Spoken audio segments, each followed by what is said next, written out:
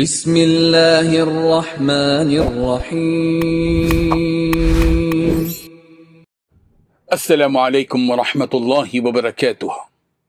الحمد للہ وکفی وسلام علی عبادہ الذین اصطفی، اما بعد۔ حاضرین و ناظرین، یہ درس حدیث نمبر 621 ہے اور آج کا عنوان ہے رسول اللہ صلی اللہ علیہ وسلم کا بہترین نسب اور پاکیزہ خاندان۔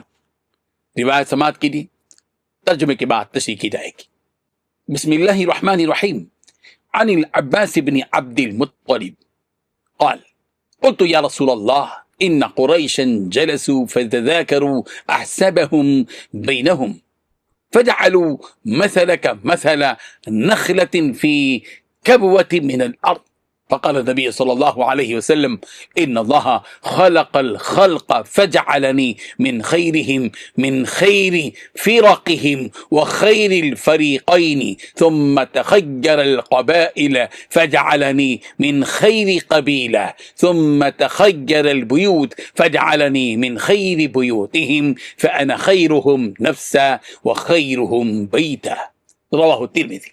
ترجمہ یوں ہے، حضرت عباس بن عبد المطلب رضی اللہ عنہ کہتے ہیں کہ میں نے عرض کیا، اے اللہ کے رسول، قریش کے لوگ بیٹھے اور آپس میں اپنے اپنے حسب و نسب کا تذکرہ کرنے لگے تو انہوں نے آپ کی مثال ایک ایسے کھجور کے درخت سے دی جو کسی کوڑے کے ڈھیر پر اگا ہو۔ اس پر نبی کریم صلی اللہ علیہ وسلم نے ارشاد فرمایا، اللہ تعالیٰ نے مخلوق کو پیدا فرمایا تو مجھے ان میں سب سے بہترین گروہ اور بہترین دو جماعتوں میں سے بنایا، پھر قبائل کو منتخب فرمایا تو مجھے سب سے بہتر قبیلے میں رکھا، پھر خاندانوں کو منتخب فرمایا تو مجھے ان کے سب سے بہترین گھرانے میں رکھا، بس میں ان میں ذات کے اعتبار سے بھی سب سے بہتر ہوں اور خاندان کے اعتبار سے بھی سب سے بہتر ہوں۔ حاضرین و ناظرین، یہ حدیث رسول رحمت صلی اللہ علیہ وسلم کے پاکیزہ نسب اور اللہ تعالیٰ کی طرف سے آپ صلی اللہ علیہ وسلم کے لیے خاندانی انتخاب کو بیان کرتی ہے۔ رسول اللہ صلی اللہ علیہ وسلم کا نسب نہایت پاکیزہ، معزز اور بلند ہے۔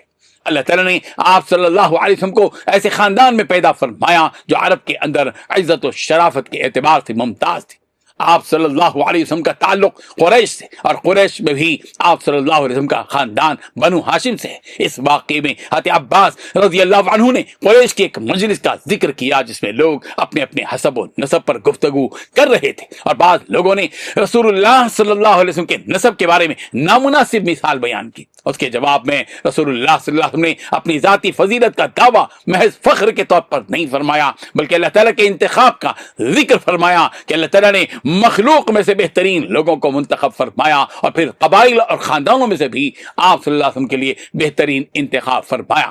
اس پاکیزہ نسب کا ذکر کرتے ہوئے آپ علیہ الصلوۃ والتسلیم نے فرمایا کہ میں ان میں ذات کے اعتبار سے بھی سب سے بہتر ہوں اور گھرانے کے اعتبار سے بھی سب سے بہتر ہوں۔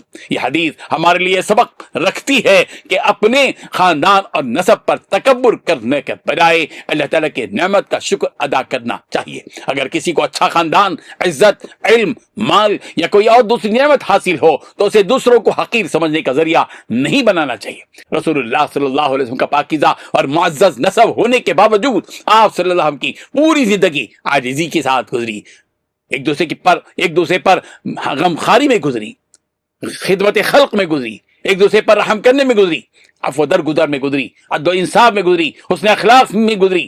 یہی وجہ ہے کہ آپ علیہ الصلوۃ والتسلیم کا نسب بھی پاکیزہ، کردار بھی پاکیزہ، پوری زندگی انسانیت کے لیے رحمت بن گئی اور آپ کو آج بھی محسن انسانیت کہا جاتا ہے اور قیامت تک بھی آپ کو محسن انسانیت کہا جائے گا۔